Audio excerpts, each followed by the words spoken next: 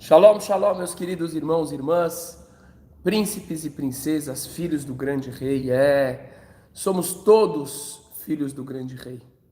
Não importa se somos judeus, cristãos, muçulmanos, do santo, espíritas, kardecistas. Bom dia, meus queridos, cabeça de porco, Lucas, Douglas.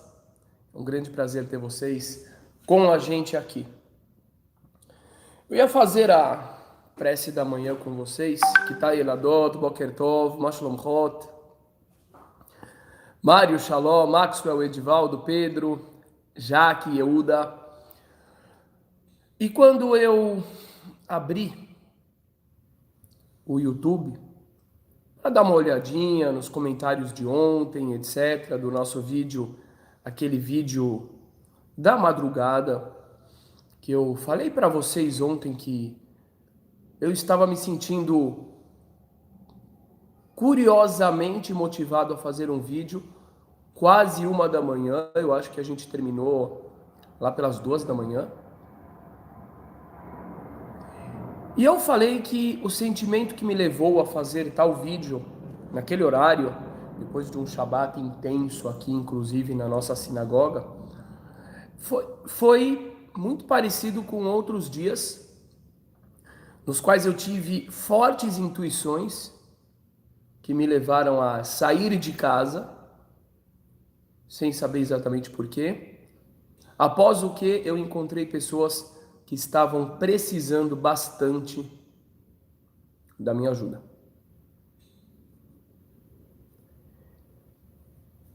E ontem eu tive essa intuição, falei, será que esse vídeo, será que essa vontade de fazer um vídeo nesse horário não tem a ver com isso? Será que alguém está precisando desse conteúdo, de alguma coisa que eu possa vir a falar? E eu decidi fazer o vídeo e assim, o mais engraçado, quem abrir o vídeo vai perceber, é que eu não tinha nem assunto para falar. Eu não tinha assunto para falar. Simplesmente disse, eu vou fazer, vamos ver para onde que o vídeo vai nos levar, né? Para onde que os comentários vão nos levar. E agora eu abri os comentários e eu vejo o seguinte comentário. Algo incrível aconteceu hoje. Esse comentário que eu vou ler agora, ele confirma para mim a intuição que eu tive. E eu gostaria muito de compartilhar isso com vocês. Algo incrível aconteceu hoje. Eu estava vendo um vídeo seu, de 2017, que fala sobre contra o comércio da fé, que é bem longo, mas eu vi até o final. E no final você cita o profeta Isaías 58. Era meia-noite e pouco. Chorei muito mesmo. Então, por causa do vídeo, desliguei o celular e fui para a sacada do meu quarto. Orar sobre o que você falou. E falei com o Eterno pedindo respostas. E citei você na minha oração. Citei o vídeo. Sou cristã evangélica e tem poucos dias que pela primeira vez vi vídeos de judeus. E me bateu muito medo de estar vendo estes vídeos. No sábado de manhã, conversava com minha irmã sobre o canal, sobre o que eu vi e sobre meus questionamentos sobre o Mashiach, sobre o Messias. Entre parênteses, porque somos evangélicas. E eu disse a ela, estou com muito medo de estar pecando por questionar a Bíblia, por estar com dúvidas sobre Jesus. Senti medo muito grande, diz aqui a irmã que me mandou um comentário no vídeo de ontem à noite. Tem 3 dias que só penso nisso e vejo seus vídeos e me questiono sobre o que me ensinaram. Por isso falei com ela que estava com muito medo de Deus estar triste comigo e de estar pecando. E ela me confessou que também estava com pavor por causa do medo do apocalipse. Ela não estava dormindo direito e chorava o dia todo com pânico das revelações do apocalipse. Enfim, orei a Deus falando de você, se referindo a mim, sobre o que você falou, e pedi a Deus resposta e que me aproximasse de pessoas que pudessem me ensinar, me explicar as escrituras. Falei para ele que não se calasse e me desse a resposta, que me tirasse o medo e me desse a certeza. Orei, olhando para as estrelas, e na hora uma estrela riscou o céu, e isto era 00:30. Acabei de orar quase 1h da manhã, e quando acabei, liguei novamente o celular, e dei de cara com a sua live, ao vivo. Quase não acreditei. Pensei que era gravado, mas você estava ao vivo. Quando entrei, você já tinha começado. Então entrei na live e escrevi: eu não acredito que entrei no final, porque pensei que já estava acabando. E eu tenho como provar, porque deixei um comentário lá no vídeo que vi. Vai lá que você vai ver meu comentário. Você vai ver a hora que escrevi o comentário e a hora que entrei na live. O Eterno me respondeu. Chamou você para falar ao vivo, em plena 1h da manhã. Essa pessoa que falou no começo, você falou que bateu uma intuição, que talvez alguém em seus pensamentos estava precisando de uma live na madrugada. Sou eu, tenho certeza. Ele me levou a ver seu vídeo, a orar, a voltar e ligar o celular novamente, e te chamou para fazer a live, falando sobre o medo de Deus. E ainda falando que talvez Deus quisesse falar com alguém. Eu falei mesmo. Essa pessoa sou eu, tenho como provar, através das conversas do WhatsApp que tive com minha irmã sobre o medo. Meu pai, que coisa tremenda! Agora são 2h53 da manhã e não consigo dormir, porque tenho que testemunhar isso. Meu pai, que fantástico! Não vejo a hora de amanhecer e contar logo para minha irmã. Obrigada. Eu tinha que compartilhar isso com vocês. Realmente, ela tem razão. Na hora que ela entrou na live, eu ia terminar a live. Mas quando eu vi ela escrever isso, vejam que coisa, um comentário me fez ter vontade de continuar a live. E eu continuei. E justamente o assunto para o qual eu fui levado antes mesmo dela entrar na live, foi esse medo. O medo que algumas doutrinas religiosas infundem nos seus seguidores. Medo que paralisa as pessoas. Medo que visa simplesmente controlar as pessoas, dominar as pessoas. Porque pessoas com medo são mais facilmente manipuláveis. E eu estava dizendo justamente que uma das grandes diferenças do judaísmo para com outras fés é que o judaísmo não trabalha com medo. No judaísmo, o ser humano não é um joguete entre Lúcifer e o Messias. No judaísmo, o Eterno, Deus, Pai, não é cruel. Ele não criou um inferno para mandar as pessoas para esse tal desse inferno. No judaísmo, o Eterno não condena alguém antes da pessoa nascer e a pessoa não é chamada de pecadora.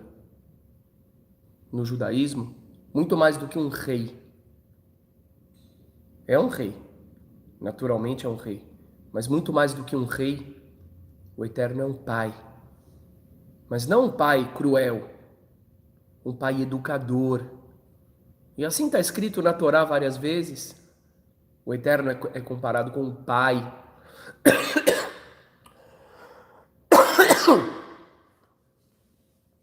Pois até mesmo no momento de sua rigidez, ele o faz para educar e não para simplesmente castigar, se vingar.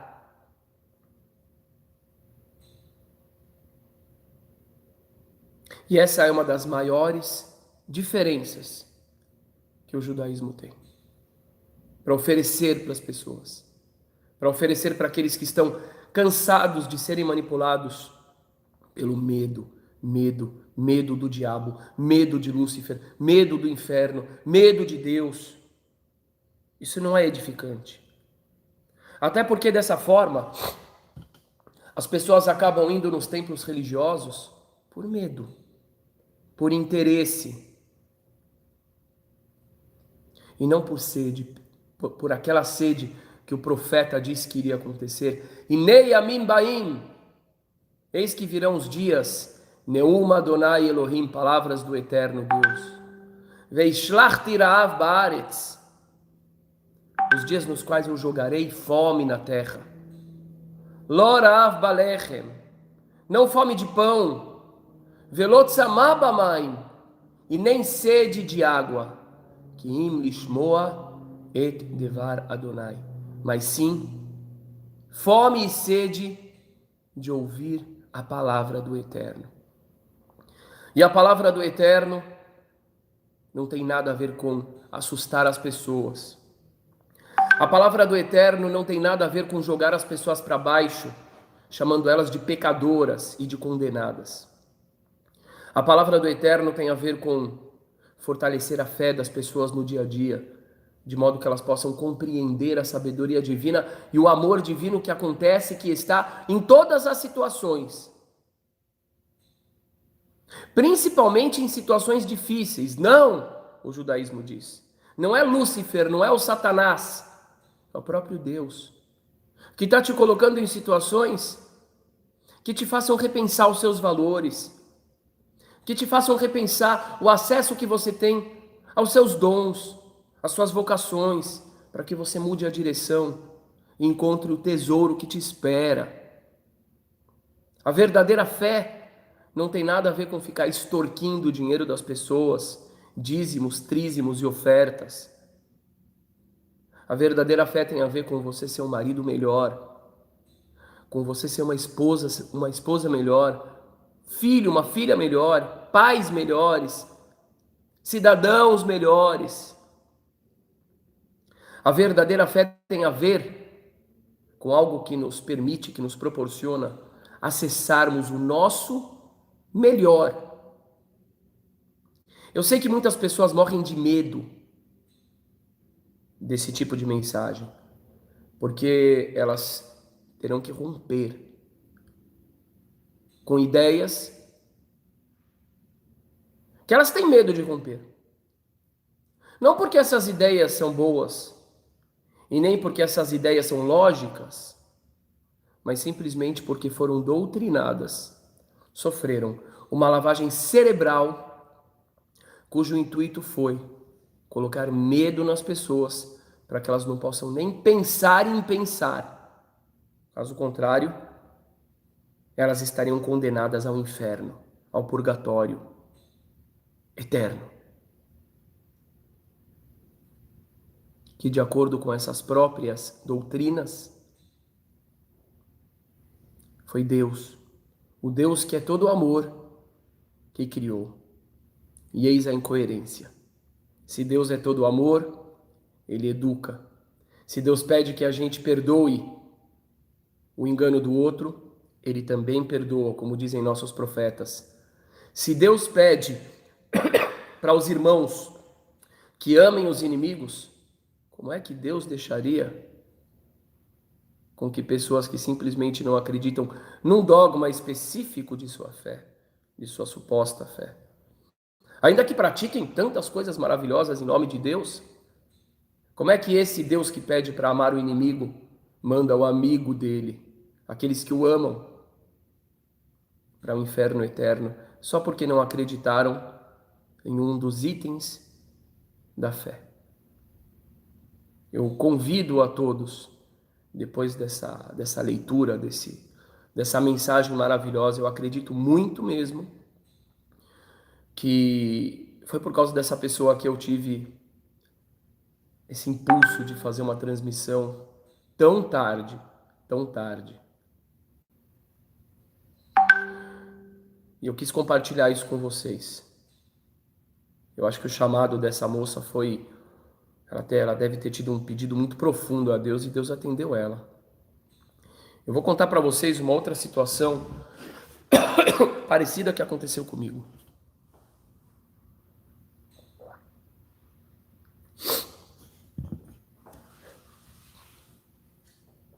Eu estava em casa e de repente eu fiquei muito agitado. Gente, isso não é normal. Porque se fosse normal, então não é normal. Fiquei muito agitado. E aquela agitação toda me fez querer ir para a rua. Eu senti que eu tinha que ir para a rua. Terminei o banho. Eu estava tomando banho, terminei o banho. E aí eu falei para Jaque, eu vou sair, preciso sair. Eu sei que eu pareci meio esquisito. E ok, fui para a rua. E sentindo que tinha alguma coisa ali para ser feita. Não sabia o que, nem nada. Aí eu tô andando. E deixa eu só falar uma coisa. Paula Roberta, ou Hilton de Castro, não coloca número, gente, pedindo para eu ligar, porque é difícil eu visualizar depois a mensagem. Entra no meu site, sinagogasemfronteiras.com.br, e entra lá. E se inscreve nos nossos cursos. Quer estudar Torá? Quer estudar judaísmo? Quer se aproximar? Quer retornar? Venha participar. Você vai fazer parte das nossas comunidades, da nossa grande comunidade internacional, sinagogasemfronteiras.com.br. E aí você vai entrar no nosso grupo de WhatsApp, etc. e tal. Você vai ser um membro permanente dos nossos cursos, do nosso estudo e etc. Tá bom? Então, por favor, todo mundo que quer falar comigo sobre estudos, vem participar. Então, vamos lá. Aí eu tava na rua com aquela sensação de que eu acho que eu tava ali por algum motivo. E de repente eu encontro um rapaz que havia sido meu aluno quando eu era criança. E aí aquele rapaz veio, começou a conversar comigo sobre... Assim, primeiro foi um encontro muito rápido, ele me ofereceu um produto que ele estava vendendo, rapaz de equipa na cabeça. E aí eu falei, será que é com ele que eu preciso conversar? E aí começamos a conversar. E aí eu percebi que ele tinha se enfraquecido um tanto na religião, na fé. Chamei ele para tomar um café. Ele aceitou. E de repente, no meio da conversa, ele falou assim, Rabino, se o senhor se deparar comigo algum dia e eu estiver sentado aqui em algum bar, comendo um sanduíche de presunto, não estranha. Detalhe, presunto é porco e nós judeus não comemos porco, entre outros alimentos. Nós seguimos a dieta que está na Torá em relação às alimentações puras e impuras. E eu fiquei muito chocado. Detalhe, o pai desse menino é um rabino bastante respeitado em São Paulo. Um rabino bastante respeitado. E eu fiquei muito surpreso. E aí eu comecei a conversar com ele. E eu comecei a trazer para ele uma perspectiva diferente de religiosidade, porque justamente um dos motivos que levaram ele a se afastar é essa postura fechada de muitos dos meus irmãos. Uma postura um tanto quanto arrogante, excludente. Isso fez com que ele, uma pessoa com uma alma sensível, começasse a duvidar da própria religião. Eu digo para vocês, isso não acontece com um jovem judeu, e nem com 10, acontece com muito mais. Porque eles crescem, muitas vezes, com jovens não judeus e percebem que entre eles há pessoas muito boas.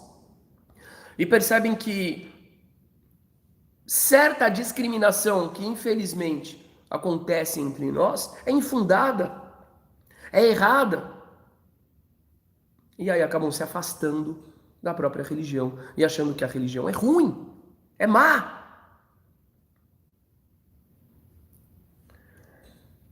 E eu disse para ele que, em primeiro lugar, aquilo não é o que está na Torá. E eu citei bastante exemplos da própria Torá. Eu citei para ele, por exemplo, Jó. Jó não era judeu e é o homem mais elogiado de todas as escrituras pelo Eterno. E é uma das nossas escrituras, Jó. Ele falou, nunca pensei nisso. Eu falei, pois é.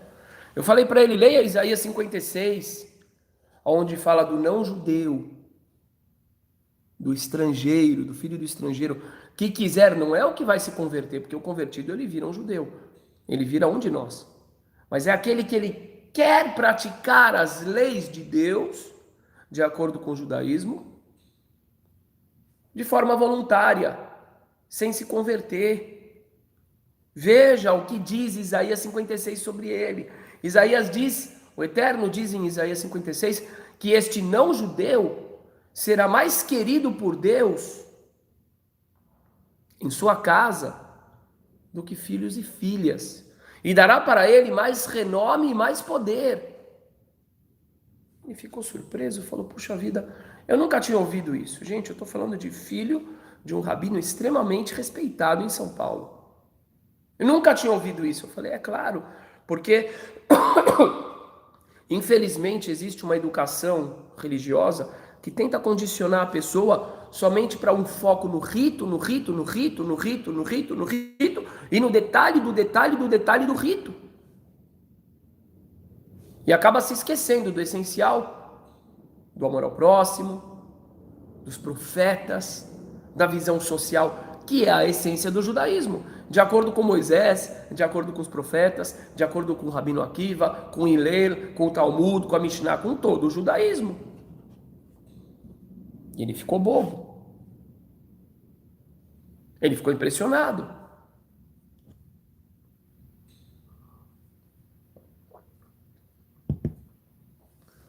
Citei para ele, quando Isaías diz que no futuro o Eterno enviará um Salvador para o Egito.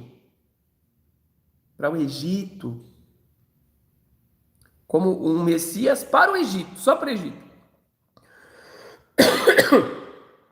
E chegará o dia, diz o Eterno, que eu chamarei o Egito de minha nação, de meu povo. A Assíria, de obra de minhas mãos. E junto com Israel, formarão um trio para me servir. Ele ficou tão impressionado com tudo isso, ele falou, eu não conhecia esse judaísmo. Eu só conhecia um judaísmo com foco no rito, do rito, do rito, do rito, ou contar a história do rabino fulano e rabino ciclano, histórias de rabinos, mas nunca esse foco universal. Eu falei, pois é. Mas a grande luz lá no fundo, no fim do túnel, é o universal no judaísmo. É o universal. E ele ficou muito impressionado. Muito impressionado. E ele falou, olha, nesses 50 minutos de conversa, eu lembro bem, nesses 50 minutos de conversa, eu aprendi mais sobre a fé do que em todos esses meus 20 anos. Então foi um sentimento muito parecido com esse que eu tive ontem, que me levou a fazer essa live, 1h e terminando 2h, alguma coisa assim.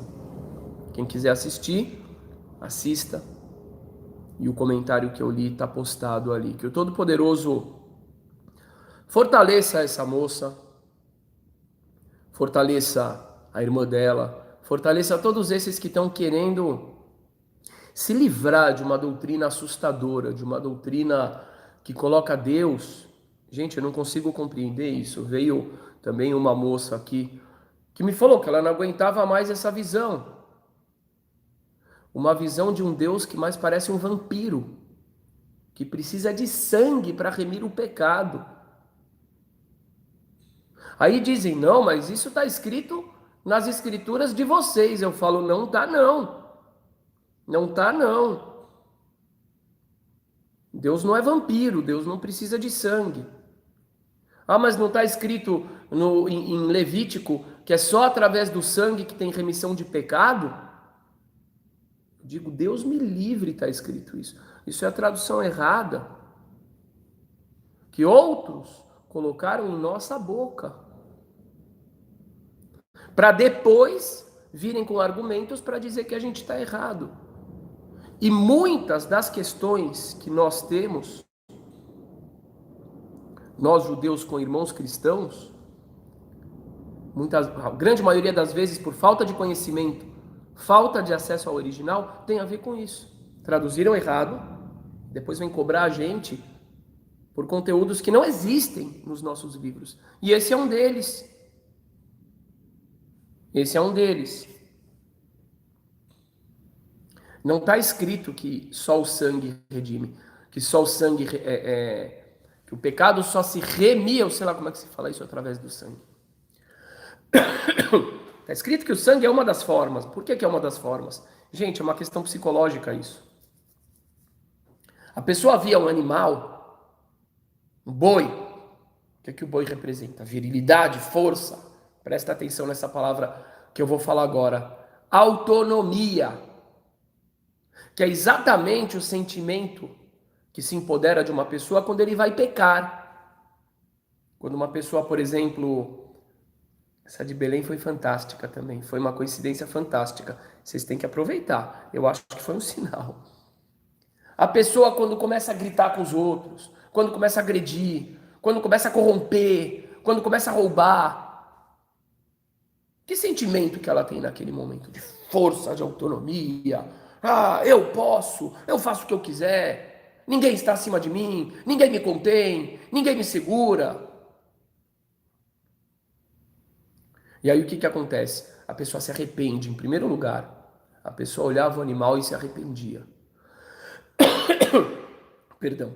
Antes de olhar o animal, a pessoa se arrependia e levava o animal como sacrifício.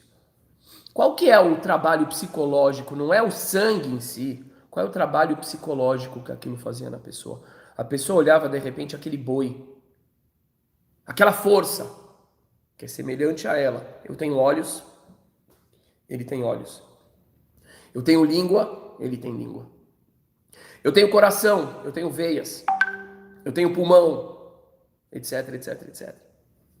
Ele é muito semelhante a mim, mas ele é muito mais forte. E de repente a pessoa via aquele boi virando cinza. E isso era uma forma da pessoa se projetar e perceber naquele boi, naquele símbolo da força,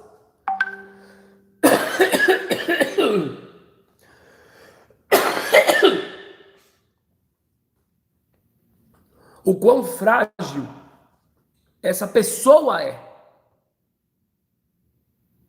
E naquele momento, a sensação de fragilidade colocava a pessoa de volta no seu lugar, trazendo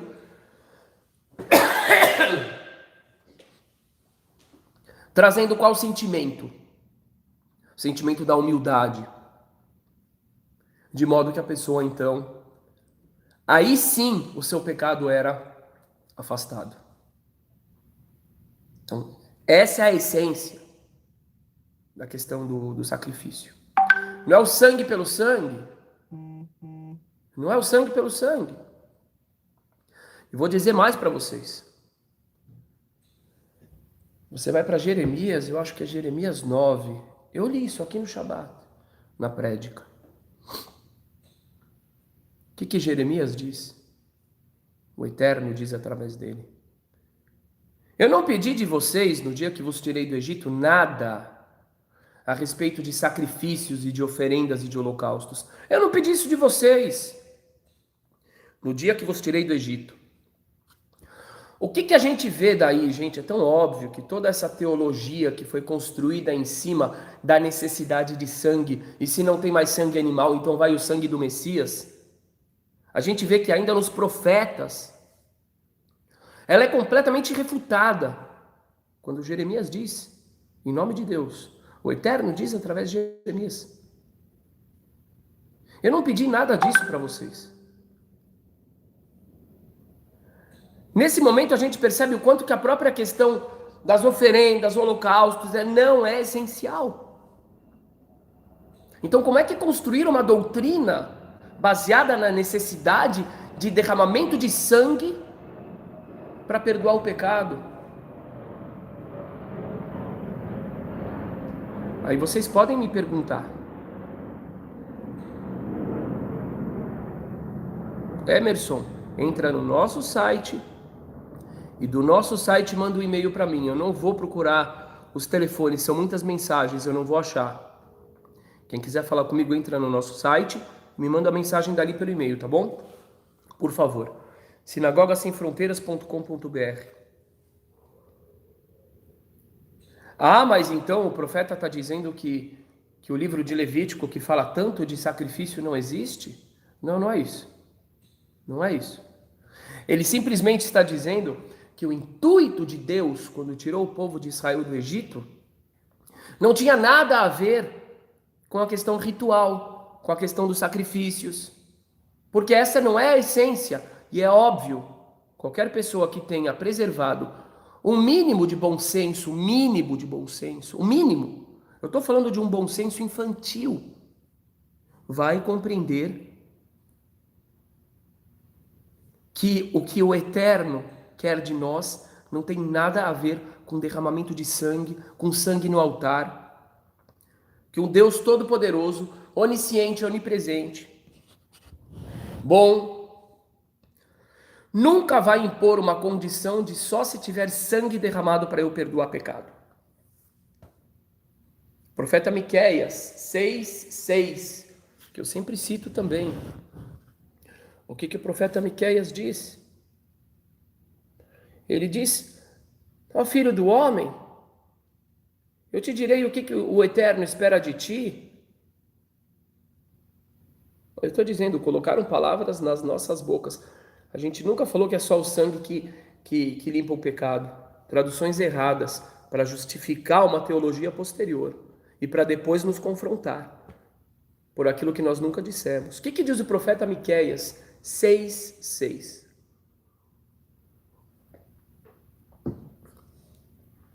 Ben-Adam, filho do homem, Omar lecha ma Hashem doresh mimach. Eu te direi o que o Eterno pede de ti. Com o que me apresentarei perante o Eterno? Com ovelhas? Com gado? Com bode? Com rios de azeite? Em resumo, com sangue, é isso que o Eterno quer? Me apresentarei perante o Eterno com bode, gado e ovelha? Eu darei o meu primogênito pelo meu pecado? Olha aqui. Aqui está um versículo explícito a respeito do que eu estou falando. Não precisa de sangue, não precisa de nada disso. Eu darei o meu primogênito pelo meu pecado, o fruto do meu ventre pela minha transgressão?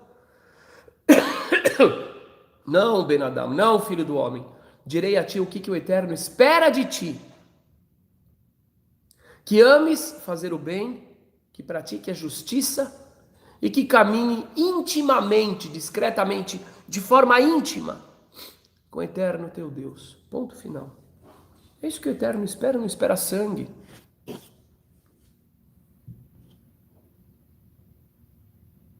Não, é só o sangue que limpa o pecado. Gente, o que é isso? Nem um ser humano normal. Olha, fazer o seguinte, meu filho, você tirou uma nota ruim, eu quero uma garrafa de sangue. O que é isso? Ó, meu filho, você se comportou mal, eu vou te espancar até sair sangue. O que é isso? Isso só um pai matuto que vai falar isso para um filho. Um pai sábio vai chamar o filho, vai educar ele, vai ensinar ele, vai orientar ele, vai edificar ele. Só o sangue remir o pecado? Ué, mas está escrito na própria Torá que se a pessoa não tivesse um boi, ele levava uma pomba para a oferenda. Ai, mas pomba tem sangue, ok. E se não tivesse pomba, levava farinha. Farinha! Tem nada a ver essa história de sangue. Ah, mas por que que divulgaram tanto essa história de sangue? Eu vou dizer. É a minha opinião e eu tenho o direito de discordar de pontos da fé dos irmãos que querem me ouvir, assim como eles muitas vezes discordam da minha, expressando sua discordância no meu canal. E desde que seja com respeito, eu aceito o diálogo.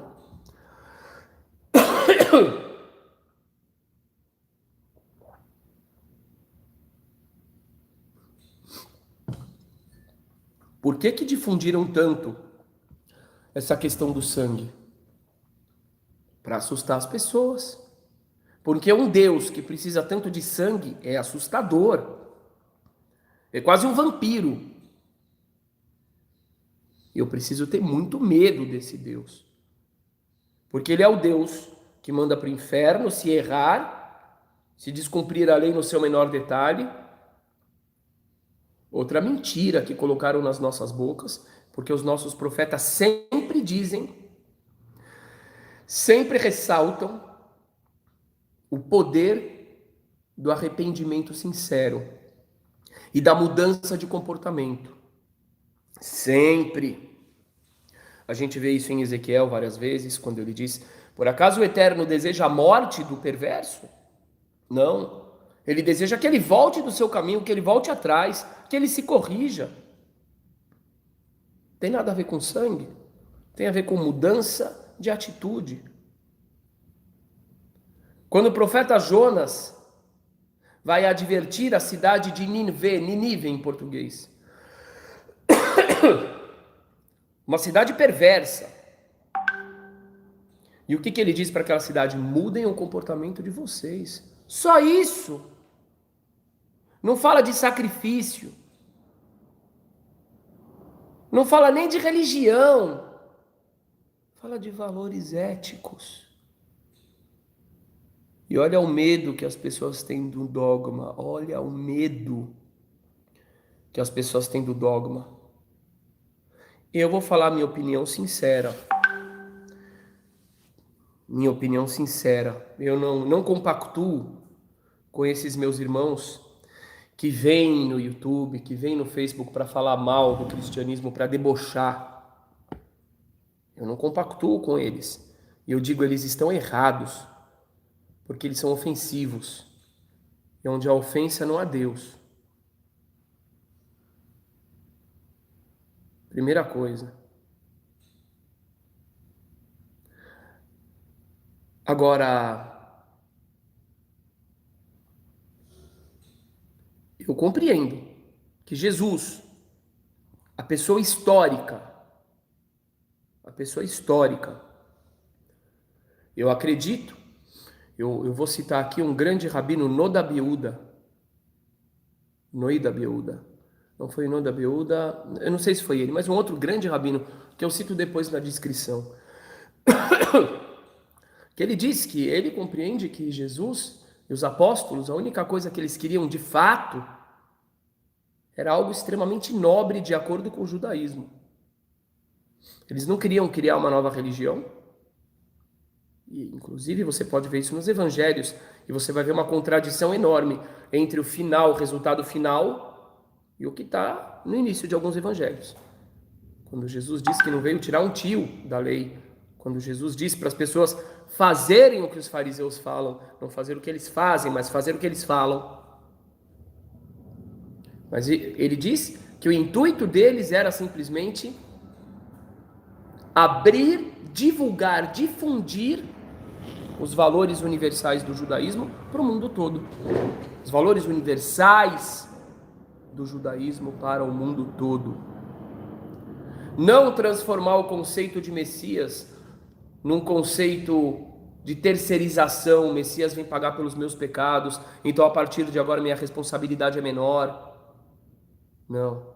Não colocar o conceito do sangue, da necessidade de haver sangue de qualquer jeito, no lugar do conceito das boas ações, no lugar do conceito do arrependimento. Nunca. Então eu acredito, sinceramente, que se Jesus aparecesse hoje em dia, ele ia se chocar muito com essas pessoas que morrem de medo de deixar doutrinas assustadoras, doutrinas limitantes, doutrinas que empequenecem o ser humano em nome dele. Eu acredito de verdade que o ser humano, o indivíduo histórico, Jesus, ia se revoltar muito contra essa realidade. E ele ia chegar para cada um desses que estão com esse medo todo e abraçar essas pessoas e dizer: isso não é meu. Isso não é meu. De acordo com essa ideia que esse rabino citava, dizendo que o intuito dele e dos apóstolos era simplesmente levar ao mundo a dimensão universal do judaísmo. Agora, depois Roma vai e se apodera e transforma, e deifica, e transforma ele em Deus, e transforma o conceito de Messias, e traduz errado, aonde não se encaixa essa história dos nossos profetas. Traduz errado e deu no que deu. Mas o que me preocupa hoje não é que tenham pessoas de outras religiões. Isso não me preocupa. O que me preocupa é ver tantos irmãos cristãos cuja religiosidade é baseada no medo, medo, medo, medo, medo, medo, medo, e medo não é de Deus. Aí algumas pessoas vão falar: não, mas e o temor a Deus? Gente, aquilo é reverência. Porque do jeito que as pessoas temem Deus, parece que Deus é um assassino. O medo paralisa. O medo é o antônimo do amor. É reverência. Temor a Deus é reverência. Eu me deparo com a grandeza de Deus e eu me sinto pequeno perante tanta grandeza. É um sentimento de reverência que é parecido com o sentimento do temor. Mas não é o medo do inferno, não é o medo do sangue, não é o medo da condenação, não é o medo de negar. Eu vejo pessoas: eu tenho medo de negar, igual essa irmã escreveu no comentário. Eu tenho muito medo de negar. E eu sempre pergunto o seguinte: ué, mas se internamente você está com a dúvida, você realmente acha que o Deus que te criou limitada vai te condenar por algo natural? Dúvida é algo natural. E se Deus te negar, se Deus te condenar por um sentimento seu, que é resultado da forma limitada como Ele te criou, então Ele seria um carrasco da pior espécie.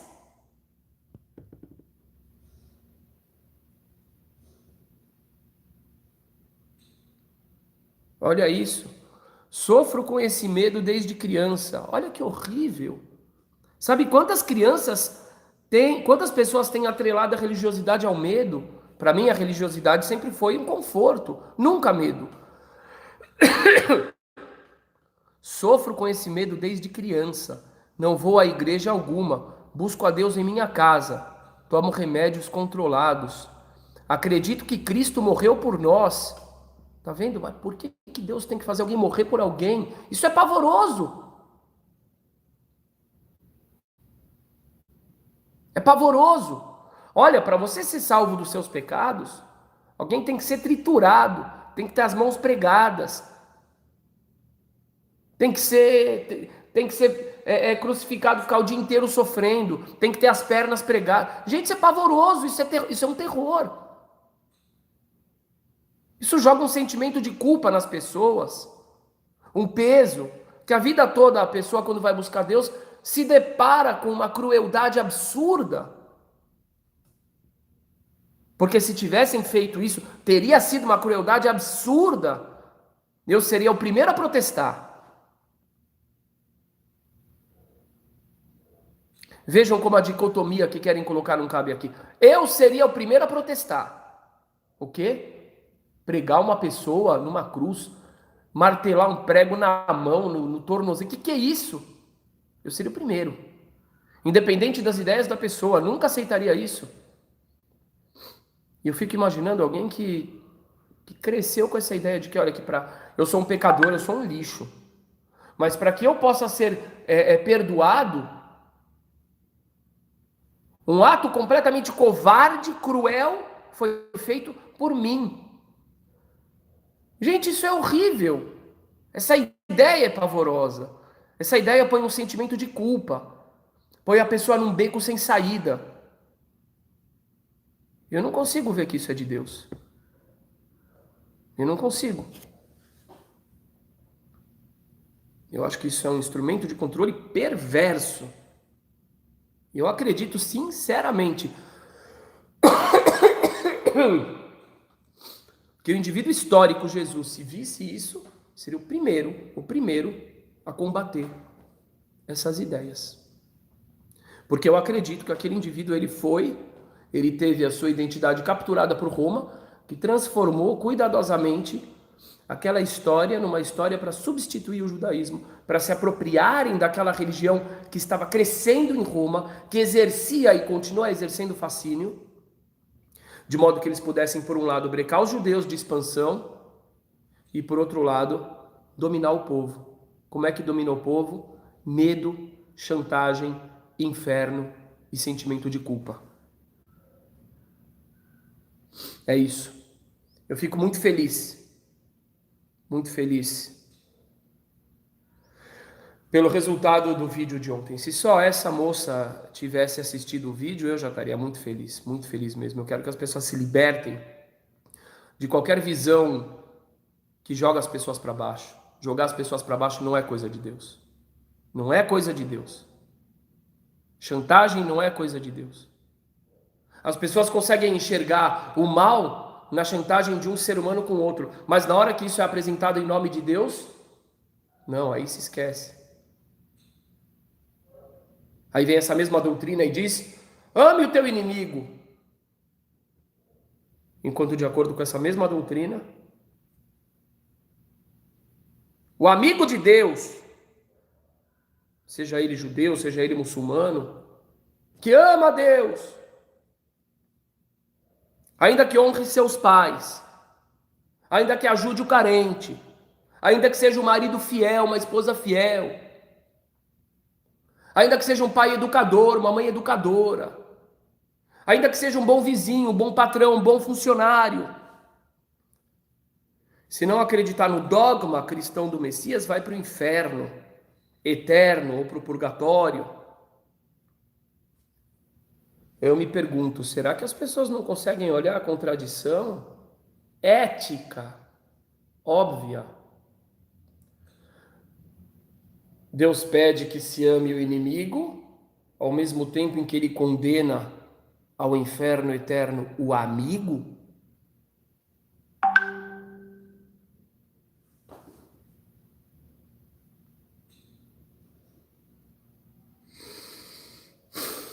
Isso não faz sentido. Se só não fizesse sentido, eu ficaria quieto. Eu ficaria quieto. Eu ficaria quieto. Eu vou mexer com a religião alheia? Eu ficaria quieto. Mas eu só estou falando isso aqui, o que eu estou falando, porque eu estou farto de ver pessoas vivendo no medo por causa da religião. É feio fazer isso com as pessoas. É cruel fazer isso com as pessoas. Esse mundo no qual a gente vive já é tão difícil. Tão difícil. A pessoa liga a televisão, vê violência. A pessoa às vezes vai trabalhar, é maltratado, se sente mal com o ambiente, com o patrão, com o salário que recebe. O trânsito das grandes metrópoles é uma maluquice. É agressivo. Aí a pessoa vai buscar Deus. Para nós, a pessoa vem aqui na nossa sinagoga, ele vai buscar Deus, ele vai sair, ele vai falar: uau, eu só ouvi coisas boas, eu só ouvi bons conselhos, eu só ouvi palavras edificantes, eu saí com mais alegria, com mais autoconfiança, com mais amor ao próximo, com mais amor a Deus.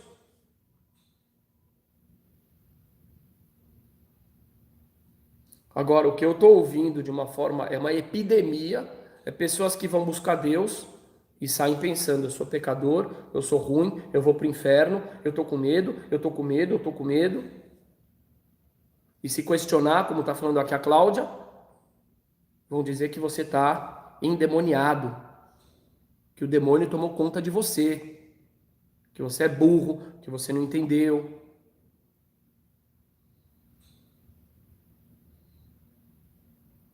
Se não fosse por isso, eu me calaria. Segue a religião que quiser. Te deixa feliz? Joia. A religião te faz bem? Tudo bem. Tudo bem. A religião te faz bem? Tudo bem.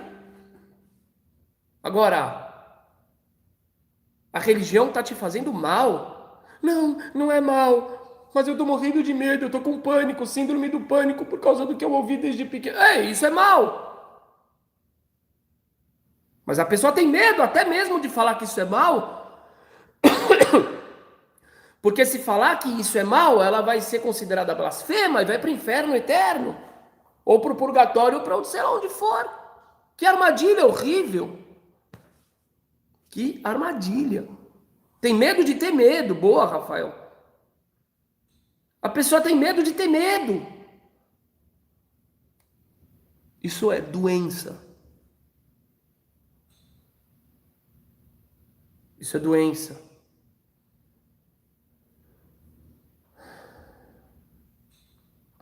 Quando eu era criança, eu sentia medo por saber, a partir da religião de minha família cristã, que se eu fizesse coisas erradas, eu iria para o inferno.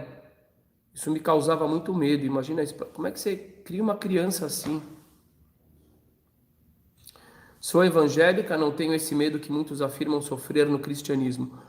Muito pelo contrário, eu acredito que esse sentimento é algo pessoal do indivíduo, que é algo sobre síndrome do medo. Minha amiga, eu vou te dizer uma coisa. Eu moro em Tailândia, Pará. Tailândia, Pará. Entra no nosso site, sinagogasemfronteiras.com.br. Agora, se inscreva nos nossos cursos, que você vai ser parte da nossa comunidade. E hoje mesmo, às 15h30, você já vai fazer parte de uma aula internacional com pessoas do mundo inteiro, principalmente do Brasil, assistindo ao vivo e interagindo. Uma aula sobre Pessah, sobre, entre aspas, a Páscoa judaica, que a gente vai comemorar em breve. E aí você vai ter acesso a todos os últimos vídeos das nossas aulas. O que a irmã falou ali em cima, que ela é cristã e que ela não tem medo, de fato.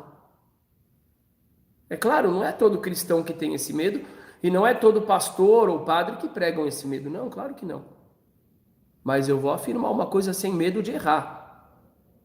Uma grandíssima parte, hoje em dia, dos discursos trazem isso. Eu converso com muita gente. E eu ouço de muita gente isso. E muita gente que vem nos procurar tem a ver com isso. E muitos amigos meus pastores dizem a mesma coisa. Eles não pregam esse tipo de pregação. Mas eles falam que é algo que está disseminado. E eu acredito, sinceramente, lendo cuidadosamente, que isso foi inserido dentro da religião como um princípio. Para controlar as pessoas. Para o Império Romano controlar as pessoas. Na minha opinião pessoal, isso não teve absolutamente nada com o homem, com o ser histórico que foi Jesus. Às vezes tem pessoas que falam, você está falando mal de Jesus. Eu falo, eu não estou falando mal de Jesus nenhum. Até porque eu não acredito que Jesus falou isso, eu não acredito que ele fez isso. Eu acredito que quem fez isso foi Constantino, foi o pessoal do Império poderoso, hipócrita e manipulador de Roma.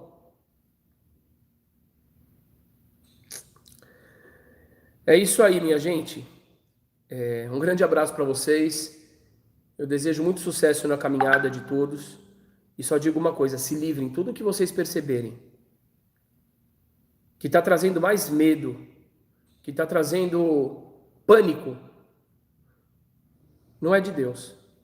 Se você vai no seu templo religioso por medo do castigo, repense a sua espiritualidade. Mas eu vou dizer uma coisa muito importante para terminar. Quando você se livrar desse medo, cuidado. com o vácuo que fica depois. Porque um abraço para Varsóvia, onde nasceram meus avós maternos. Porque muitas pessoas, depois que elas são libertadas desse medo, elas caem numa falta de referência absoluta. Aí vão para a bebida, vão para a droga, vão para a promiscuidade, vão para a agressividade. E não é por aí. É para tirar o medo, mas para colocar algo no lugar. Para colocar o amor no lugar, amor a Deus, amor ao próximo. E principalmente para colocar algo que essa doutrina da terceirização, aí o Messias já realizou tudo. O Messias morreu por mim. Para consertar algo que essa doutrina destruiu, que é o sentimento de responsabilidade. Eu tenho responsabilidade pela minha vida. Eu tenho responsabilidade pelos meus atos. E eu vou colher, como consequência, o amargo, se eu plantar amargo, e eu vou colher o doce, se eu plantar o doce. E não é que eu vou colher só depois da morte, como muito dessa doutrina traz. Eu vou colher aqui. Porque se eu for uma pessoa mais sábia, se eu for uma pessoa mais contida, mais controlada, se eu não cair na promiscuidade, se eu não cair na agressividade, se eu não cair no fanatismo, se eu não cair na violência, no consumismo, no materialismo, na vaidade exacerbada, na soberba, eu vou ser mais feliz aqui. É aqui que eu vou começar a colher. E eu vou plantar um jardim maravilhoso, um jardim do Éden para os meus filhos, para minha esposa, para minha família, para aqueles que estiverem comigo. Então não esqueça, cuidado. Não vai tirar o jugo do medo para ficar sem nada. Às vezes é melhor o jugo do medo.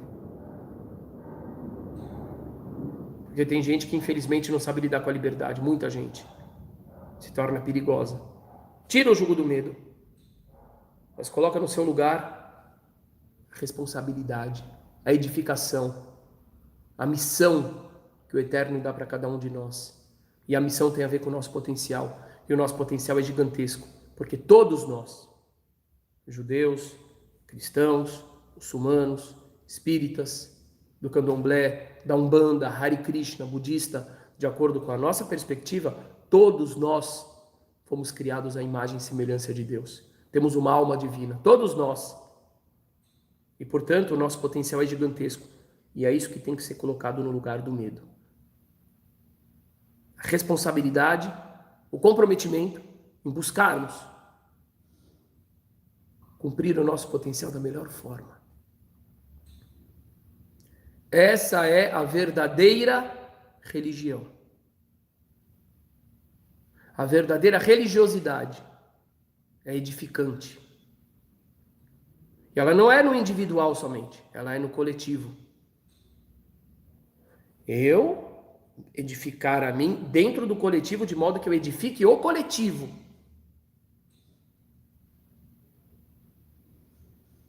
Essa é a verdadeira religião.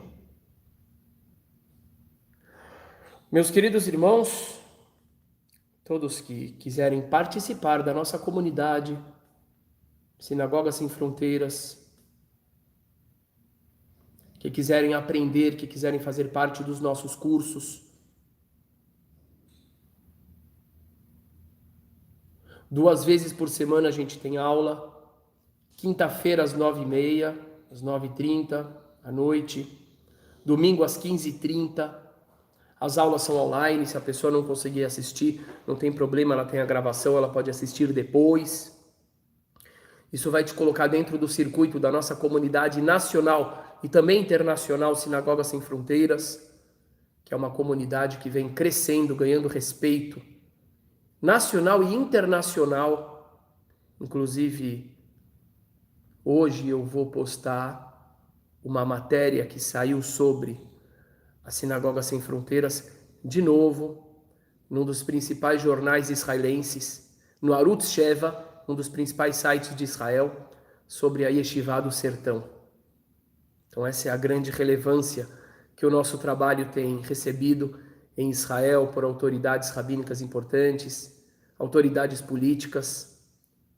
Nosso querido rabino Chaim Amsalem Shlita, que é o que vem aqui ao Brasil fazer as conversões ortodoxas da Sinagoga Sem Fronteiras, está prestes a se tornar pela terceira vez parlamentar em Israel, como se fosse senador aqui, talvez ministro do Bibi Netanyahu. Então é um trabalho realmente só pode ser de Deus. Só pode ser de Deus, porque a oposição foi grande ao nosso trabalho. Ainda, infelizmente, continuam alguns cães latindo aí de lado, tentando derrubar o nosso trabalho, mas quanto mais batem, mais a gente cresce. E é um trabalho que vem ganhando muito, muito, muito respeito. Eu vou colocar aqui, só para vocês verem que demais, que alegria.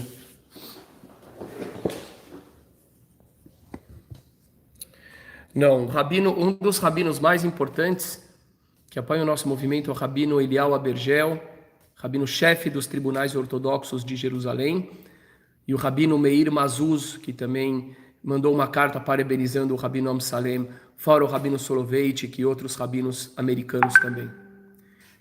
Ele escreveu Zera Israel, sim, Fernanda, esse é o rabino Amsalem. Então dá uma olhada aqui, gente, que coisa maravilhosa.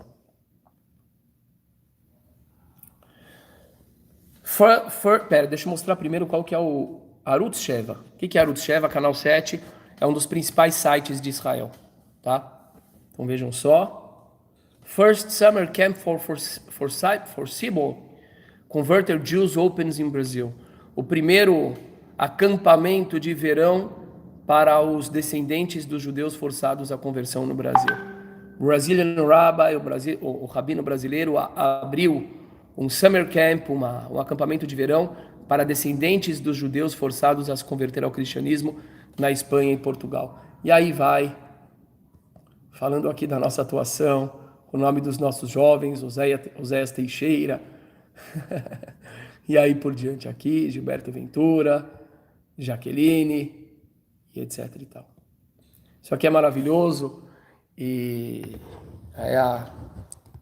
desde o ano passado deve ser a sexta vez que a gente sai na grande mídia israelense. Então, o movimento Sinagoga Sem Fronteiras é uma grande realidade que já mudou a história. Se parássemos hoje, Deus nos livre, mas se parássemos hoje, o nosso movimento já seria histórico, porque a gente trouxe o tema dos Bnei Anusim, o tema da conversão ortodoxa no Brasil, de uma forma que ninguém mais pode ignorar, porque hoje mesmo os oponentes estão falando sobre ela. A gente tirou ela debaixo do tapete, a gente tirou o tema dos convertidos, da conversão no Brasil, dos escombros. Flávio Barbosa, vi falar que não tem Beit Din no Brasil. Tem, e está na mídia israelense. Quem fala que não tem são justamente aqueles que aceitam receber $30 mil, $40 mil para pegar as pessoas que têm dinheiro para levar para Estados Unidos e converter em uma semana. Ou que coadunam com esse sistema, que não querem permitir que você se converta ao judaísmo, que querem te transformar em algo de segunda categoria. São esses que falam que não tem, ou que não tem coragem de peitar o sistema. Mas a gente tem coragem de peitar o sistema porque a gente acredita no dono do sistema. E é por isso que tudo que tentaram fazer aqui no Brasil contra o seu acesso está caindo por terra. Flávio Barbosa, onde? Aqui, na Sinagoga Sem Fronteiras.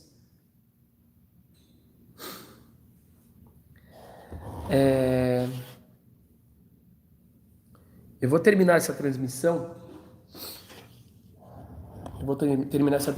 Com uma referência extremamente importante, muito importante, que tem a ver com isso.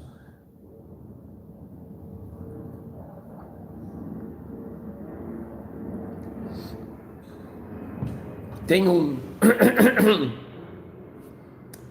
um sábio do Talmud que ele diz o seguinte, Flávio, acho que é Rabino Yoshua. Ele diz o seguinte, que o povo de Israel, veja bem o que ele fala, isso é Talmud, e não adianta, podem latir, podem me xingar, podem tentar me deslegitimar, podem falar o que quiser. Eu quero que argumentem com argumentos. Não tentem atacar a pessoa, isso não adianta nada. Pode falar que eu sou um mendigo, que eu sou... Pode falar o que quiser. Vamos trabalhar com argumentos. Então, o que diz Rabi Yoshua no Talmud? Veja que coisa linda. O que eu ganho se pagar $30.000 por uma conversão, vou ser especial? É isso mesmo. É isso mesmo. É muito triste isso, gente. As pessoas estão acobertando um sistema muito perverso de comércio. Inclusive tem rabino-chefe de Israel, rabino-chefe de Israel preso por ter vendido conversões. Então é muito sério isso. É exatamente o que acontece. Mas a gente quebrou isso, a gente está quebrando mais e mais isso. Quem quiser se converter ao judaísmo de verdade, de acordo com a lei judaica, de acordo com a lei judaica. E não é simples. E vou dizer, fora toda a questão ritual, a guarda do Shabat, o comer kasher, etc, etc, etc.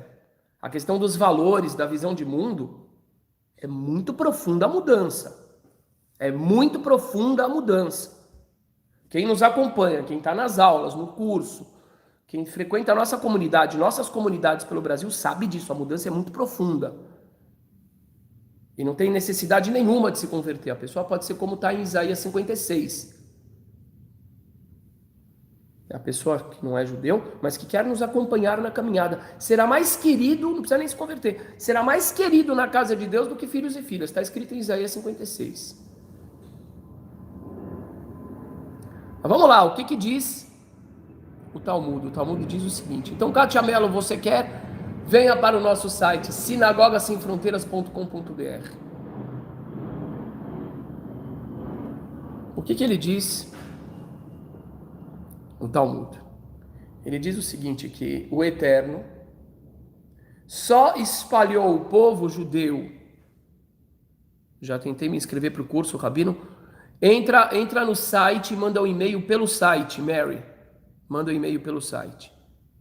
Ok?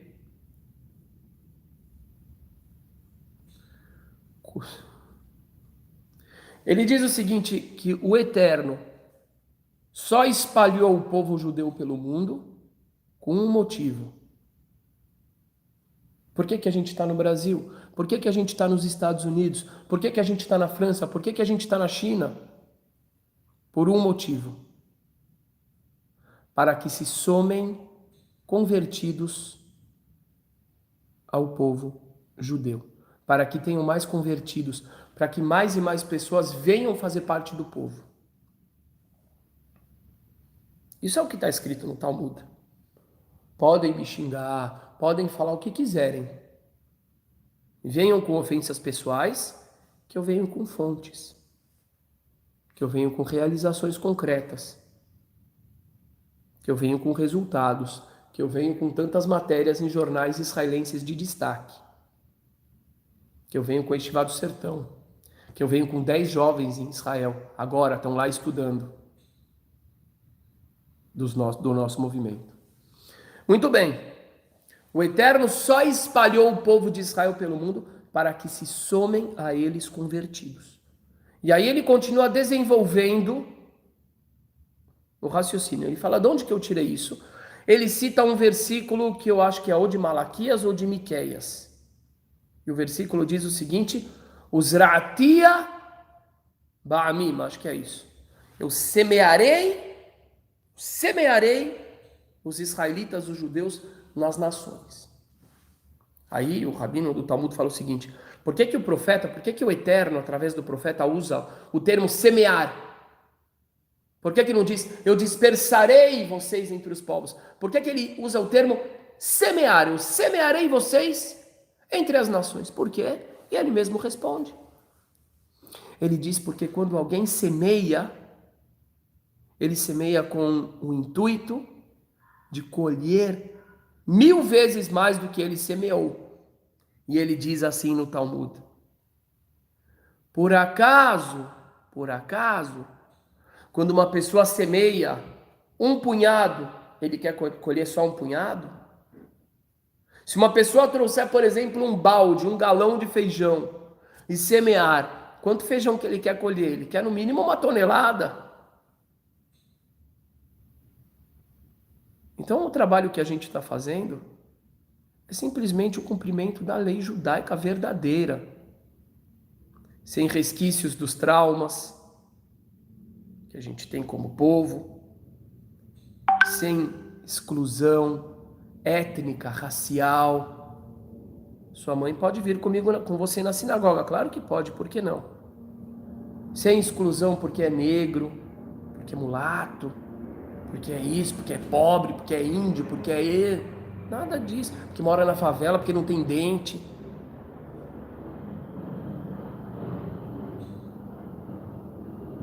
O que que Ezequiel capítulo 34 diz? Ele dá uma chicotada com a língua. Ezequiel 34, ele dá uma chicotada com a língua. Em toda essa hipocrisia, ele diz: tem vários irmãos negros que vêm rezar aqui, viu, Wellington? E são muito bem-vindos, sem diferença nenhuma. Nenhuma. Ele diz que os pastores de ovelhas, aqui no caso, ele está falando dos rabinos, porque era para judeus, que os pastores de ovelhas, infelizmente, ao invés de cuidarem das ovelhas magras, das ovelhas doentes e fracas, eles deixam essas ovelhas irem embora.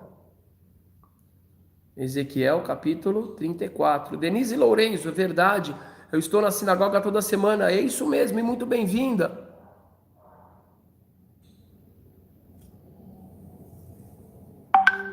E ai dos pastores que só querem cuidar das ovelhas gordas. Ai dos pastores que só querem cuidar das ovelhas gordas.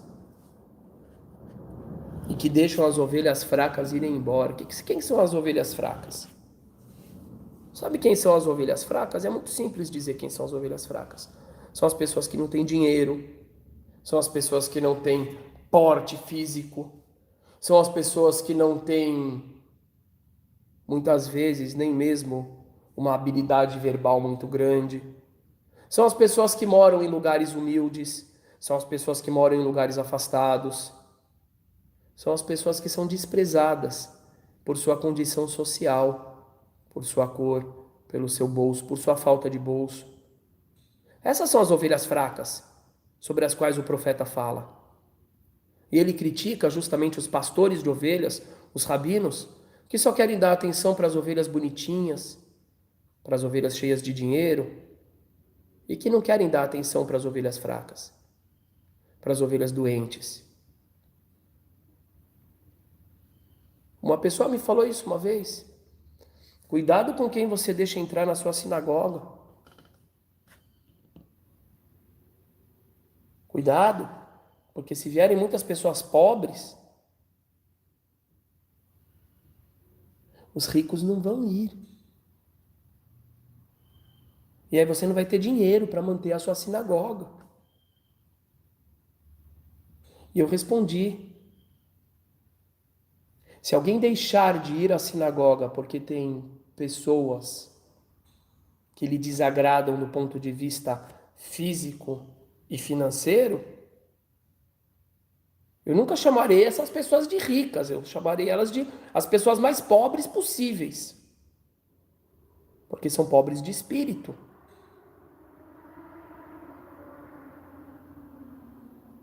E dito e feito, o que a gente tem aqui é a coisa mais linda do mundo. Pessoas de todas as realidades sociais, pessoas de todas as cores, pessoas com dente, pessoas sem dente, pessoa de bengala, pessoa forte, e todo mundo sintonizado na mesma sintonia. Na mesma sintonia, na busca da luz, na revelação da luz.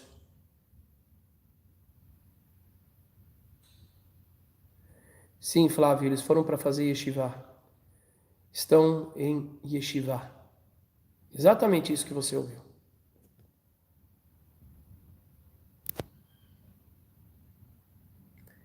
Então, meus queridos, é isso. Erro. Erro. Está em todo canto. Acerto está em todo canto. Aonde existe a possibilidade da gente separar o joio do trigo, a gente separa. Onde não existe possibilidade, onde só tem joio, a gente tem que buscar o trigo. Essa é a mensagem que eu deixo para vocês. Cada um pense, examine com sua consciência, com a lógica e com confiança plena na bondade e na compreensão do Criador. Um grande abraço para vocês. O nosso site, para quem quiser participar do nosso movimento, se inscreva no nosso curso, não só no site, se inscreva no curso. sinagogasemfronteiras.com.br. Grandíssimo abraço para vocês. E aguardo todos que quiserem vir aqui na semana que vem, sexta-feira às 17 horas ou sábado às 17h30. Desculpa, sexta-feira às 19 horas. Sexta-feira às 19 horas. Ou sábado, 17h30. Ou nos dois, serão muito bem-vindos. Não precisa pagar, não precisa nada. Só vir. Tá bom? Participar, ser parte disso. Não tem condição nenhuma. Quer dizer, tem uma. Respeito. Só isso. Respeito.